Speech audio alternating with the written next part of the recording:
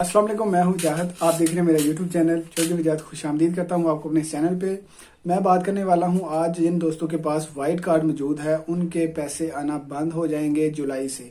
ये मैसेज तकरीबन सब लोगों को आया होगा जो कैश कार्ड के थ्रू माली इमदाद मिल रही थी रेफ्यूजीज को। 150 यूरो हर महीने जो आ रहा था उसकी बात कर रहा हूँ। जुलाई से उन लोगों को पैसे बंद हो जाएंगे जिन लोगों को, यानी कि जो लोग अलग रहायशों में रह रहे थे, गवर्नमेंट की रिहाइश पे नहीं रह रहे थे। सब लोगों को मैसेज तो आ गया होगा। मैं इसकी थोड़ी तफसील बता दूं क्योंकि काफ़ी सारे दोस्तों ने पूछा है कि ये अब पैसे अगर लेने हो तो क्या किया जा सकता है।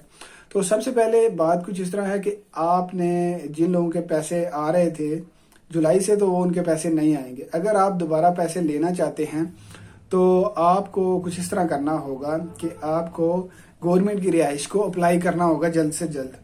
अब गवर्नमेंट की रिहाइश जो है वो खुद डायरेक्ट आप अप्लाई नहीं कर सकते, कुछ एनजीओज हैं उनके थ्रू आपको अप्लाई करना पड़ेगा। मैं आपको इस वीडियो में बताऊंगा कि आप कैसे इसको अप्लाई कर सकते हैं ताकि आपको 150 यूरो मिलता रहे। लेकिन जो लोग यानी कि रिहाइश से दूर हैं या फिर एथन से बाहर हैं, जो जैसा कि गांव देहात वगैरह में, उनको थोड़ा मुश्किल हो सकता है क्योंकि जो लोग रिहाइश जिनको मिलेगी उनको रिहाइश में रहना पड़ेगा, उनकी हाजिरी लगेगी। जैसे इटली में सिस्टम है ना, ऐसा ही सिस्टम यहाँ पे राइज कर रहे हैं कि आपको रिहाइश दी जाए और रिहाइश में रखा जाए, आपके ऊपर नजर रखी जाए आप क्या कर रहे हैं, आपकी कोई एक्टिविटी गलत तो नहीं है। इन चीज़ों को नोट किया जाए ताकि इलीगल एक्टिविटीज़ को कम से कम किया जाए।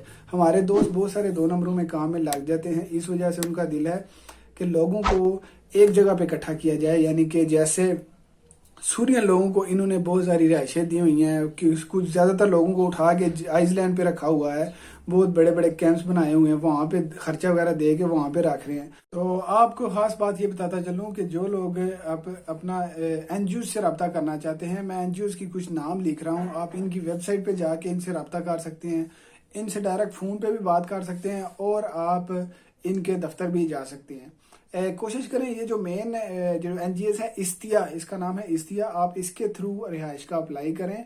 लेकिन ये है कि जब आपने अप्लाई करना है तो आपका वाइट कार्ड चलता होना चाहिए। ये नहीं कि आपका केस रिजेक्ट हो चुका है या फेल हो चुका है इंटरव्यू तो फिर आपको ये सहूलत मिलना बहुत मुश्किल है। जो लोग फैमिलीज के साथ हैं उनको पहले प्रायोरिटी दी जा रही है, फैमिलीज को पहले दिया जा रहा है ये सिस्टम। उसके बाद जो छोटे बच्चे हैं 18 साल से कम, उनको ये चीज़ पहले सहूलत मुहैया की जाएगी। जो लोग अडल्ट हैं यानी कि 18 साल से बड़े हैं, जिनका इंटरव्यू नहीं हुआ, उनको भी ये चीज़ दी जाएगी। लेकिन जिनके इंटरव्यू फेल हो चुके हैं उनको थोड़ा मुश्किल है उनको मिलना, क्योंकि ये कानून सिर्फ फिलहाल है उन लोगों के लिए बनाया गया है जो लोग अपना नए नए वाइट कार्ड ले रहे हैं। तो कोशिश करें आप इस्तिया के साथ रब्ता करें, आपको वो मज़ीद डिटेल बताएंगे और आपका जो इंदराज होगा वो इंदराज करेंगे। फिर आपको जब मैसेज आएगा या कॉल आएगी उनकी तो फिर आपको वहाँ पे जाना पड़ेगा। अब बहुत सारे लोगों का ये सवाल होगा कि रिहाइश कहाँ पे मिलेगी। हो सकता है एथन सेंटर में मिल जाए, हो सकता है एथन से बाहर मिल जाए, या फिर किसी आइसलैंड पे भी मिल जाएगी। जिन लोगों को रिहाइश मिलेगी उनको यानी कि जो लोग पाकिस्तानी हैं उनको कोशिश की जाएगी पाकिस्तानी लोगों के साथ रखा जाए, जो लोग अरबी हैं उनको अरबी लोगों के साथ रखा जाए, जो अफगानी हैं अफगानी लोगों के साथ, ऐसा करके वो रख रहे हैं। एक फ्लाइट में 4 लड़के 6 लड़के करके, फिर दूसरे फ्लाइट में 4 या 6 लड़के करके रखेंगे, ऐसी तरतीब दी जा रही है। और बाकी जो डिटेल है वो आपको एनजीएस मजीद बताएगी कि आपको कहाँ पे रिहाइश मिलेगी। तो ये कुछ छोटी सी मालूमात थी। जिन लोगों को ये मैसेज आया था उनको समझ नहीं आ रही थी अब क्या करना है, तो कोशिश करें अपनी रिहाइश का अप्लाई करें ताकि आपको पैसे मिलते रहें। मैं मिलूंगा आपको नेक्स्ट वीडियो में। अपना ख्याल रखिएगा। अल्लाह हाफिज़।